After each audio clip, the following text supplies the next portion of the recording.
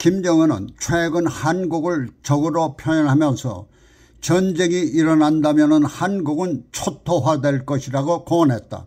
김정은의 만일 전쟁이 일어난다면이라는 표현은 그들이 먼저 무력 침공을 하는 것이 아니라 상대편이 먼저 공격할 때라는 것을 의미하는 것이다. 그러면 김정은은 무력으로 적화 통일을 이룩하는 대신에 무슨 다른 방법이 있다는 것일까?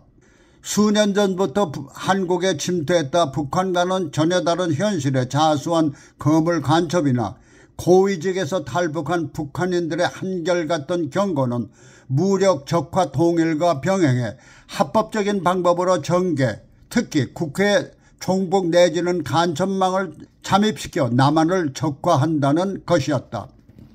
그러면 무력 남침 이전에 손 안 대고 코 푸는 식의 두 번째 방법인 대남 침투 작전이 결실을 맺기 시작한 것일까? 최근 한국의 총선을 앞두고 이른바 이재명 일당들이 획책하고 있는 행태에서 보여주고 있다.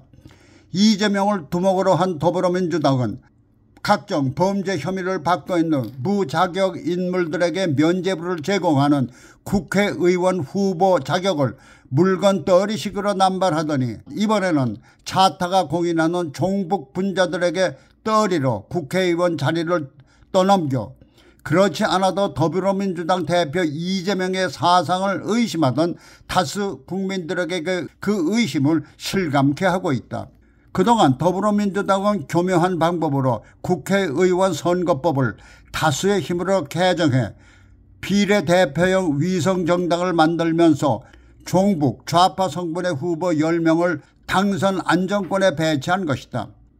이들의 배경은 반미와 함께 미군 철수를 내세우며 한국의 안보를 무너뜨리고 김정은에게 남침이 용이하도록 배려하는 구호를 앞세우는가 하면은 공공연히 북한을 찬양하고 심지어 북한의 충성 맹세까지 하면서 반국가 세력으로 대법원의 유죄 판결을 받은 전력의 집단을 배경으로 하고 있다는 데서 종북을 넘어 김정은의 지시에 좌우될 수 있을 것이고 보면은 앞서 자수한 거물 간첩이나 탈북자들이 지적한 것처럼 이들이 김정은의 지시에 움직일 수 있는 조직이 되지 말라는 법도 없을 것이다.